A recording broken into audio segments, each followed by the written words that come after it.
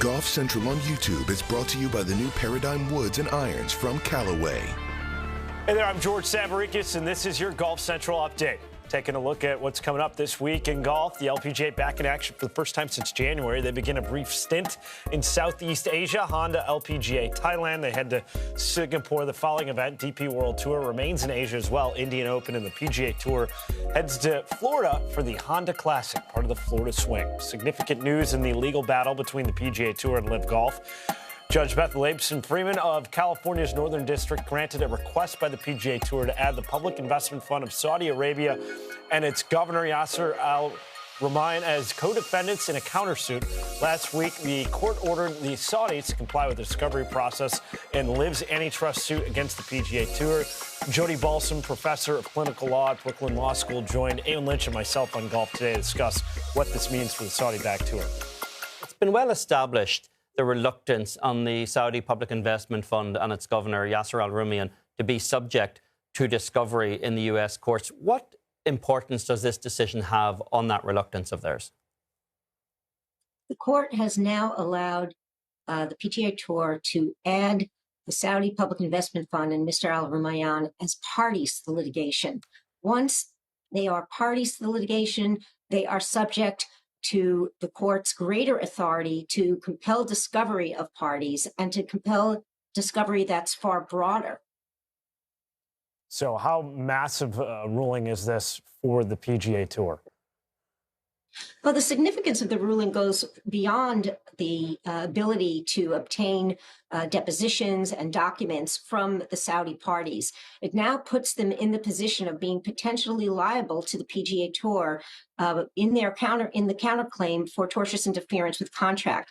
And I think it will also have it'll give an opportunity for the Saudis and LIV Golf to do a profound reevaluation of their entire litigation strategy. I don't think they ever contemplated that the Public Investment Fund would actually be a party to this lawsuit.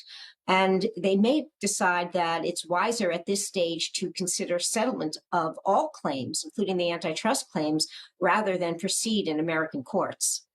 How do you think all of this actually plays out? Is there an appeals process here, Jody, that we're likely to get bogged down in? Because the judge has shown a certain degree of impatience with any delays in the trial schedule, even to this point.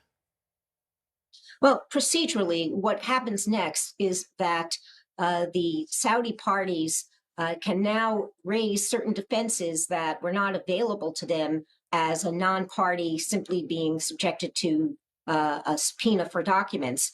Now being dragged into the suit as parties, they may want to claim a jurisdictional defense that the court cannot exert its power over them as parties. That defense is not likely to have much traction, given that a similar argument was rejected, the right of an foreign government to avoid process in American courts. A similar argument was rejected in the context of the motion to compel non-party discovery. The same commercial activity exception that permitted non-party discovery of the Saudis would be available to the court to impose its jurisdiction over the Saudis as parties. Lawyers for the PIF have indicated that they will ask a federal judge to review the ruling. And that's supposed to take place on Friday. Could you give us a little more clarity on that process and your expectations for what may unfold? Sure. Well, we now have two rulings that have gone against the Saudis that they may seek reconsideration of.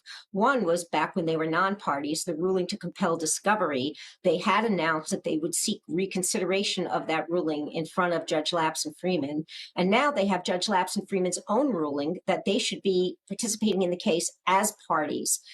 Neither of those rulings, if and when they are appealed, are likely to gain any relief from their consequences for the Saudis. Both rulings are well-reasoned and have substantive merit. In fact, the initial ruling to compel discovery as non-parties may well be moot at this point, given that Saudis are now parties. So their various procedural avenues from here are very unwelcoming. And they need to face the facts that they are going to be substantively involved in this litigation for the long term unless they see a pathway to an early termination through settlement. What's going to happen this Friday is described as a case conference, meaning the judge now has a new landscape in front of her with the Saudis as parties, and she's going to press all parties on how quickly they can move towards trial with a January 2024 trial date. And the give in that date is limited, and it's not a good look for the Saudis to seek to advance that, to delay that date further, given LIV Golf's protestations that it's essential for their business plan to have a resolution of their antitrust claims. Jody, most of the documents in this case remain sealed, but the judge did unseal several details that relate specifically to the day-to-day control that the Public Investment Fund of Saudi Arabia and Yasser Al Rumayyan exert over the day-to-day activities of LIV. Why do you think that detail was unsealed? Well, in the judge's ruling on the motion to seal or unseal documents, she basically drew a dividing line between information and documents that would impair the Saudi fund's ability to compete in investment markets, and information that the public has an interest in and that the Saudis had no compelling interest to conceal.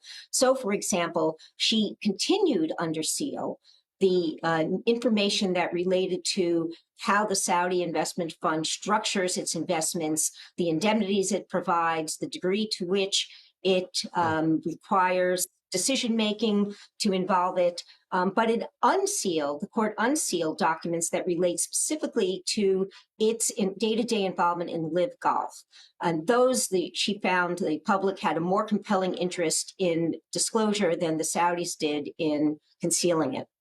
Jody, in talking with some friends who are golf fans who've lightly followed the case, for them trying to distill all the information, it's like reading hieroglyphics for them. They basically just said to me, all right, what's the timeline for when we're going to have some resolution? So with what just occurred, if you could forecast potential windows, if you think it could be 3, 6, 12 months, and look at a couple different avenues, just so we have a ballpark understanding of when we could actually see the PIF, the Saudis, and the PGA Tour maybe spurred to some final action.